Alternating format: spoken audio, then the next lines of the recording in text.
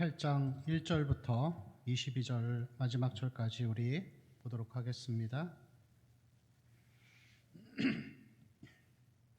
한 절씩 교독하겠습니다. 1절을 제가 먼저 읽겠습니다.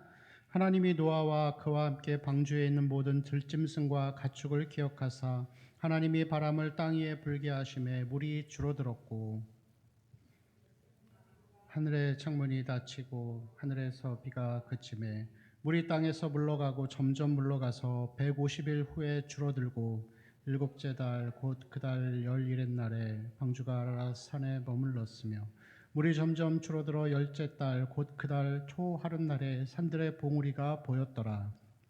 10일을 지나서 노아가 그 방주에 낸 창문을 열고 까마귀를 내놓음에 까마귀가 물이 땅에서 마르기까지 날아 왕래하였더라. 그가 또 비둘기를 내놓아 지면에서 물이 줄어드는지를 알고자 하매 온 지면에 물이 있으므로 비둘기가 발붙일 곳을 찾지 못하고 방주로 돌아와 그에게로 오는지라.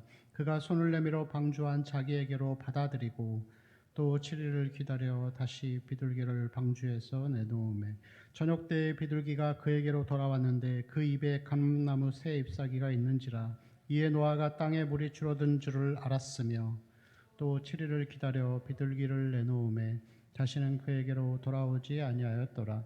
601년 첫째 달 곧 그 달 초하룻 날에 땅 위에서 물이 거친지라. 노아가 방주 뚜껑을 제치고 본즉 지면에서 물이 거쳤더니 둘째 달 20일의 날에 말랐더라. 하나님이 노아에게 말씀하여 이르시되 너는 내 아내와 내 아들들과 내 며느리들과 함께 방주에서 나오고 너와 함께한 모든 혈육 있는 생물 곧 새와 가축과 땅에 기는 모든 것을 다 이끌어내라. 이것들이 땅에서 생육하고 땅에서 번성하리라 하시매 노아가 그 아들들과 그의 아내와 그 며느리들과 함께 나왔고 땅 위의 동물 곧 모든 짐승과 모든 기는 것과 모든 새도 그 종류대로 방주에서 나왔더라.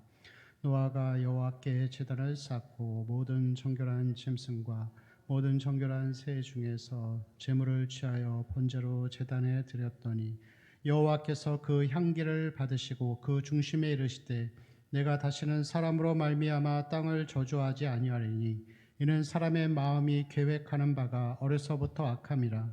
내가 전에 행한 것 같이 모든 생물을 다시 멸하지 아니하리니 땅이 있을 동안에는 심음과 거둠과 추위와 더위와 여름과 겨울과 낮과 밤이 쉬지 아니하리라. 아멘.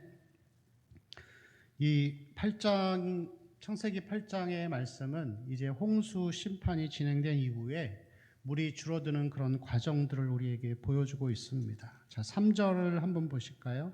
3절을 보니까 물이 땅에서 물러가고 점점 물러가서 150일 후에 정확히 150일 후에 줄어들었다고 합니다. 자, 6절을 보시면은 이제 40일을 지나서 노아가 창문을 열었죠.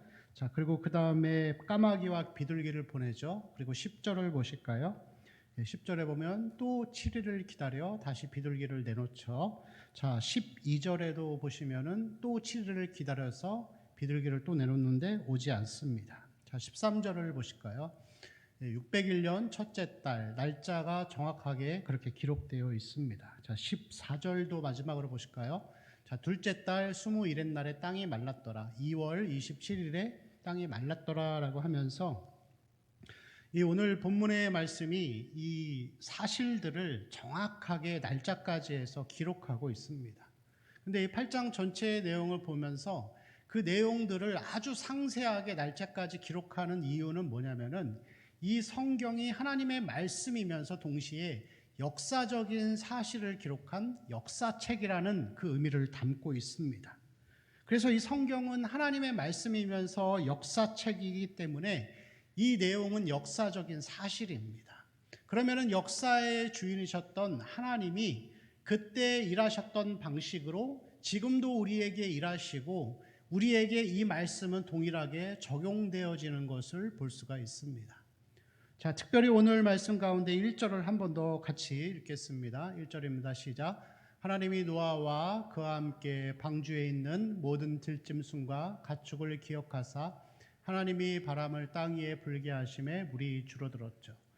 예, 여러분 여기서 하나님이 노아와 그의 모든 가족들과 이 가축들을 구원해 주신 것은 그들을 기억했기 때문에 그들을 구원의 자리로 이끈 것입니다. 동일한 말씀들이 출애굽기 2장 24절에서 25절에서도 나옵니다. 또 같이 읽겠습니다. 하나님이 그들의 고통 소리를 들으시고 하나님이 아브라함과 이삭과 야곱에게 세운 그의 언약을 기억하사 하나님이 이스라엘 자손을 돌보셨고 하나님이 그들을 기억하셨더라. 자, 애굽에서 고통받고 있는 이 백성들을 이제 모세를 통하여 끌어내기 위한 일들을 하시기 전에 하나님이 그들을 기억하셨기 때문에 그들을 이끌어 들이신 것입니다. 자, 여기서 그래서 이 노아의 가족도 방주 안으로 하나님이 이끌어 들이셔서 구원의 자리에 이르게 되었습니다. 그리고 구원뿐만이 아니라 하나님의 인도와 보호 가운데 살게 된 것이죠. 여러분, 방주 안은 답답하죠. 햇빛도 볼 수 없고 굉장히 답답합니다. 그렇지만 밖에 비하면은 방주 안에 있는 것은 아주 복된 것이죠. 왜죠? 생명을 건졌으니까. 그 안에서의 삶은 밖은 아수라장이고 사람들이 다 물에 떠밀려 죽어가고 모든 생명체들이 다 죽어가는 그 상황 가운데 방주 안에 노아와 오직 그의 가족들만이 구원을 받았다라고 하는 것은 너무나 말할 수 없는 소중한 가치라고 할 수가 있습니다.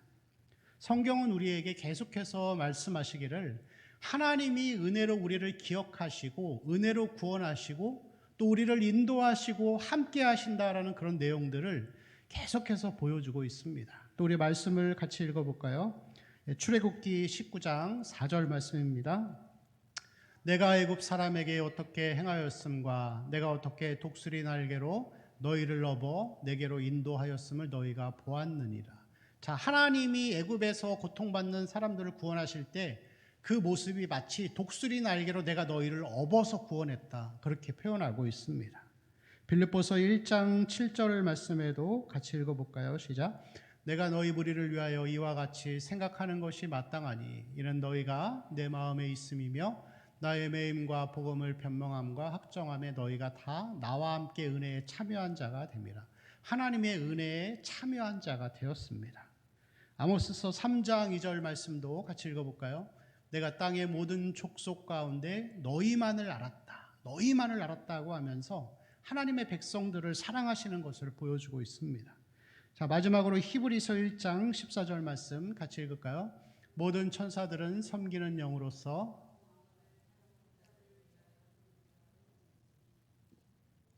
심지어는 천사들도 하나님의 자녀들을 섬기기 위해서 하나님이 보내주신 것입니다. 이러한 것을 통해서 보면은 하나님은 하나님이 선택하신 당신의 자녀들을 구원하신 이후에도 계속해서 우리와 함께 하시고 지켜주시고 보호해 주신다는 것을 우리에게 보여주고 있습니다. 여러분, 하나님은 세상에 있는 모든 사람들에게 은혜를 베풀어 주십니다.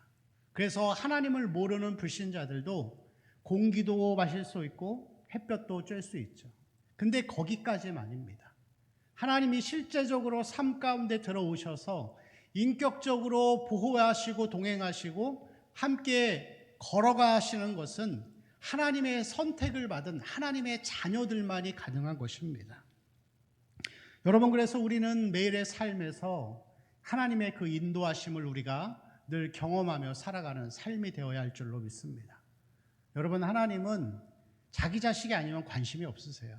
세상 사람들이 어떻게 살든지 말든지, 그 많은 사람들이 어떻게 죄를 짓든지 말든지 하나님은 거기에 대해서 별로 관심이 없으십니다. 하나님은 당신이 선택하신 자녀들과 함께 매일의 삶에서 함께 교제하며 살기를 원하십니다. 그러면 여러분, 우리도 하나님 앞에 그렇게 살아야 되는 것이죠. 매일의 삶에서 하나님을 만나는 그 과정들, 때로는 성경을 읽으면서 기도를 하면서 혹은 이 환경 가운데 하나님이 채워주시는 공급과 필요를 보면서, 그리고 사람을 통해서 하나님을 배우게 하시는 그런 과정들을 통해서 우리는 계속해서 하나님과 동행하며 살아가는 삶, 그리고 하나님은 우리를 그 교제 가운데에서 인도하시고 보호해 주시는 것을 우리는 늘 체험하면서 살아야 할 줄로 믿습니다. 노아와 그 가족들은 세상에 있는 사람들이 다 죽어갈 때 방주 안에서 그 생명을 유지하고, 그 이후에도 그 방주에서의 1년의 그 고통의 시간이었지만 생명을 건지고 다시 생육하고 번성하는 그런 은혜를 입었습니다.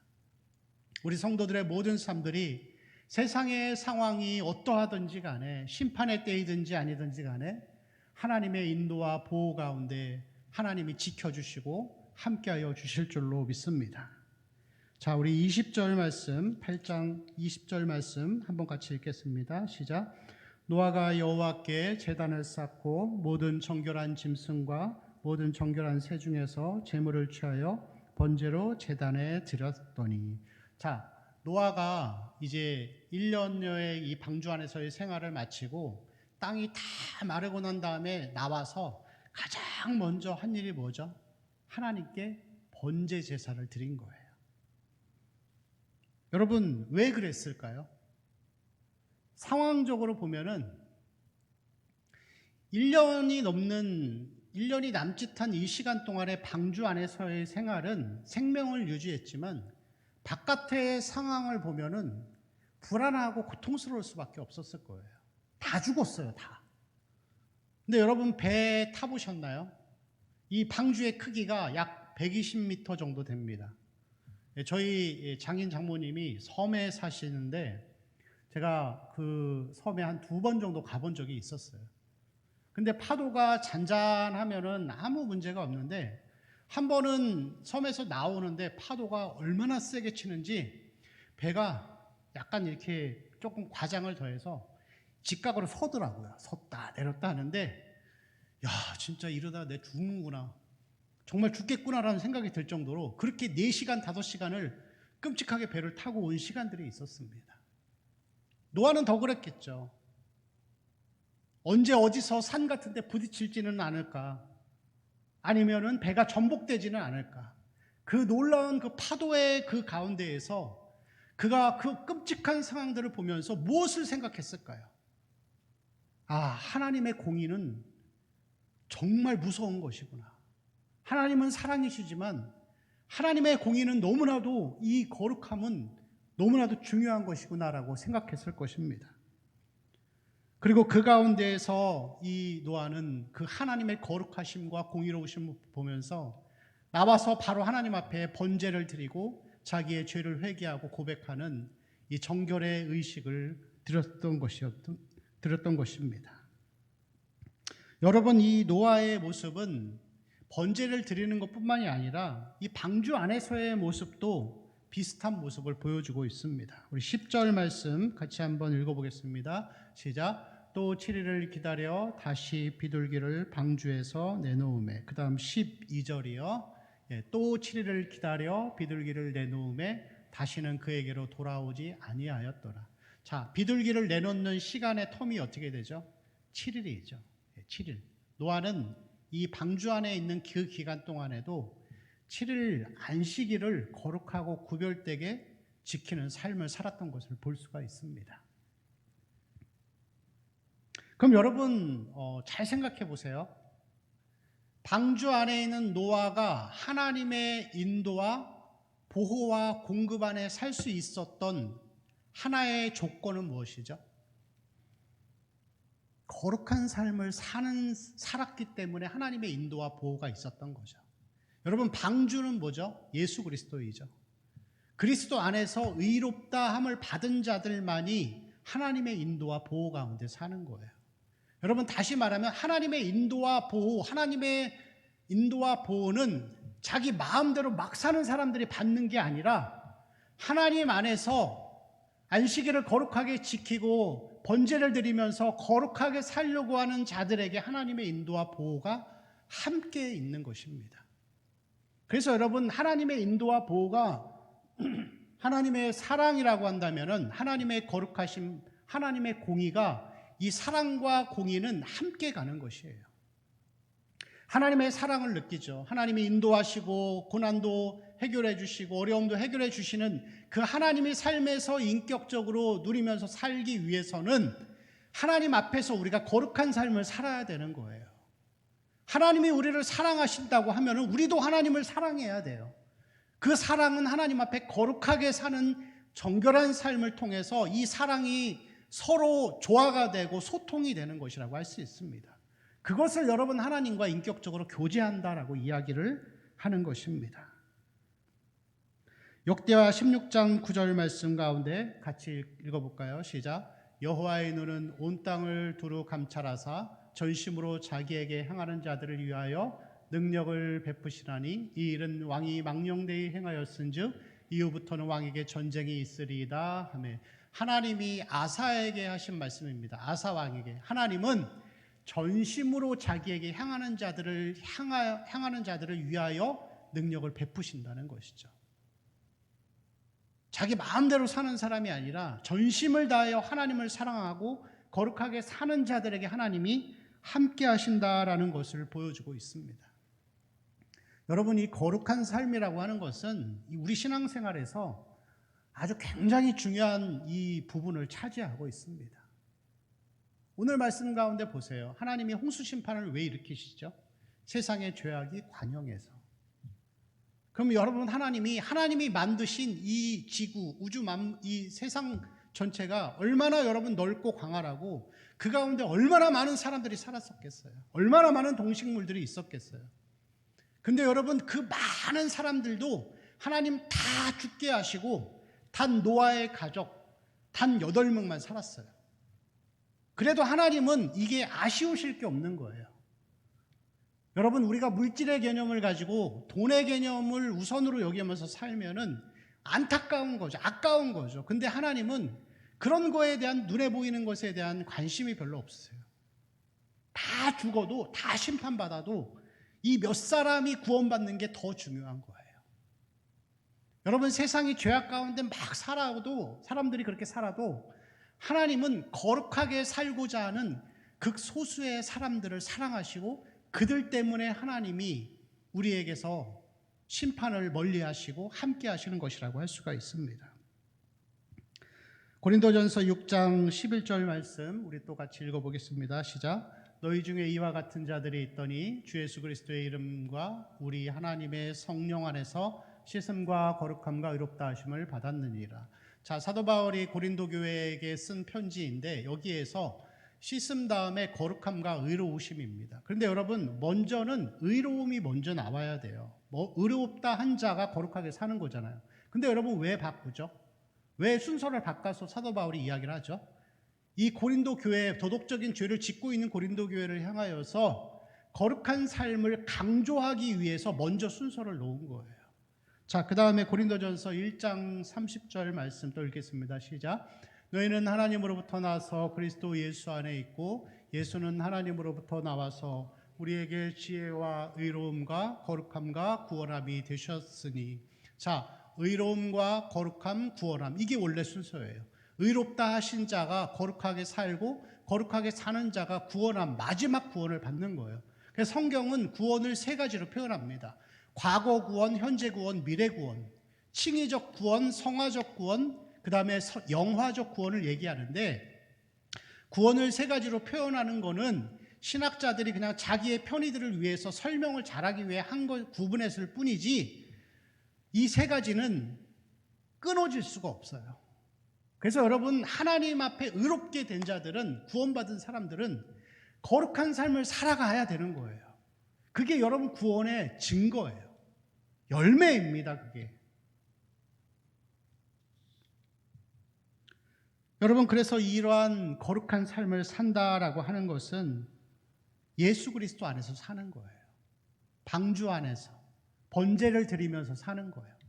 날마다 그리스도를 의지하고 그 보혈 앞에 우리가 회개하고 믿음으로 살아감을 고백하며 살아가는 것을 이야기하고 있습니다. 예수 그리스도 안에서 살아가는 삶. 성경에서 보면은 이 신약 성경 가운데에서 그리스도 안에서라는 표현이 나오는데 48번이 나옵니다. 자, 그 다음에 그리스도 예수 안에서라는 표현이 34번이 나와요. 그리고 마지막으로 주 안에서라는 표현이 50회가 나옵니다. 총 132회가 주 예수 그리스도 안에서 살아가는 삶을 우리에게 말씀하고 있는 것을 볼 수가 있습니다. 사도 바울은 항상 표현합니다. 예수님을 표현할 때 우리 주 예수 그리스도라고 표현을 하죠. 예수님을 두 가지로 표현합니다. 하나는 그리스도이고 하나는 주님으로 표현하는 것이죠. 여러분, 사람들은 그리스도 대신 주는 예수님은 좋아하는데 주 대신 예수님은 별로 좋아하지 않습니다. 그리스도, 구원자란 뜻이죠. 나를 죄에서 구원하시고 가난에서 구원하시고 질병에서 구원하시고 고통에서 구원해 주시는 그 구원자는 좋아하는데 예수가 주 되시는 삶은 별로 좋아하지 않는 거예요. 내 뜻대로 행하지 않고 하나님 뜻을 따라 모든 상황들을 결정하고 주님이 나의 결정권자가 되시는 그 삶을 살아가는 것이, 그게 여러분 거룩한 삶을 살아가는 것이라고 할 수가 있습니다. 그럼 여러분, 오늘날의 교회는 어떤가요? 세상에서는 높은 자리에 있던 사람들이 자기가 학력을 위조한 것이 밝혀지거나 성범죄를 저지른 것이 밝혀지면 그 자리에서 물러나고 파면을 당합니다. 그럼 여러분, 교회는 어떻죠? 죄송한 말씀인데 목회자도 학력 위조가 드러나고 성범죄 저질러도 그냥 동일하게 목회를 하고 있습니다. 세상보다 못한 기준이죠. 거룩함 자체가 아니라, 거룩함은 둘째치고 도덕성 자체가 세상보다 낮은 거예요. 그럼 여러분, 성도들의 삶은 어떻죠? 목회자뿐만이 아니라 성도들은 어떻죠? 가끔 이렇게 고위 공직자를 임명할 때 TV에서 청문회를 합니다. 그럼 여당과 야당의 의원님들이 나와서 질의를 하고 또 답변을 하죠. 그런데 그 공직자들을 세울 때 있어서 가장 많이 나오는 내용 중에 하나가 뭐냐면 부동산 투기예요. 부동산 투기에서 집을 몇 채씩 가지고 있고 돈을 많이, 그것을 차익을 남기는 것을 세상에서는 여러분 어떻게 보죠? 청렴하지 않다라고 봐요. 근데 여러분, 교회는 어떻게 가르치죠? 부동산 투기에서 돈 많이 벌면은 하나님 앞에 복 받았다고 생각해요. 물론 여러분, 내가 살고 있는, 거주하고 있는 집이 그게 집값이 올랐다는 거는, 그런 거는 뭐 죄라고 볼 수 없겠죠. 그렇지만 여러분, 분명하게 자기가 투기의 목적을 가지고 집값을 상승시켜서 많은 돈을 버는 것은 분명히 여러분 하나님 앞에 죄입니다. 근데 그게 죄인지도 우리는 모르고 살아요. 그게 여러분 왜 죄이죠? 첫째는 하나님이 우리에게 주신 노동의 신성한 가치를 훼손시켰어요. 그래서 사람들이 땀 흘려 일하면서 부지런히 노동의 대가로 돈을 버는 것이 굉장히 미련한 것으로 인식되어지는 그런 시대가 된 거죠. 현실적으로는 뭐가 문제죠? 집값이 오르니까 청년들이 집을 얻을 수가 없어서 결혼을 못합니다. 결혼을 못하니까 여러분 아이를 못 낳죠. 아이를 못 낳으니까 대한민국의 미래가 생산력을 가지고 있는 인구들이 점점 줄어가는 어떤 어떤 국가의 근간을 흔드는 위협까지도 될 수 있는 것이죠. 우리는 여러분 많은 죄악들을 짓고 살아갑니다. 근데 여러분, 중요한 것은, 제가 말씀드리고 싶은 이 거룩한 삶이라고 하는 것은 뭐 그런 부동산 투기하거나 아니면 학력 위조하거나 아니면 우리가 삶 가운데 짓는 이 말이나 행동을 통해 짓는 도덕적인 행동이 잘못됐다라고 얘기를 하는 게 아니에요. 여러분, 우리는 누구도 비난할 수 없어요. 저는 뭐 돈이 없어서 부동산 투기는 못하지만 저도 죄를 짓고 살아갑니다. 매일매일 우리는 다 죄를 짓고 살아가요. 근데 여러분, 중요한 게 뭐냐면은, 우리가 그런 얘기를 들었을 때, 죄를 지적할 때, 뭐 부동산을 얘기하고 학력 위조와 성범죄를 얘기할 때, 어떤 사람은 그 얘기를 들었을 때 나에게 해당되는 죄가 되면은 그냥 마음속으로 못 들은 척하는 거예요. 성경이 분명히 그렇게 말하는데도 못 들은 척하고 계속 자기 길 가는 거예요.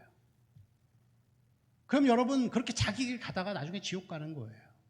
근데 여러분, 그런 죄들이 나에게 해당됐을 때 문제의식을 가지고 하나님 앞에 솔직하게 나의 연약함과 잘못을 인정하면 그게 회개하는 거예요.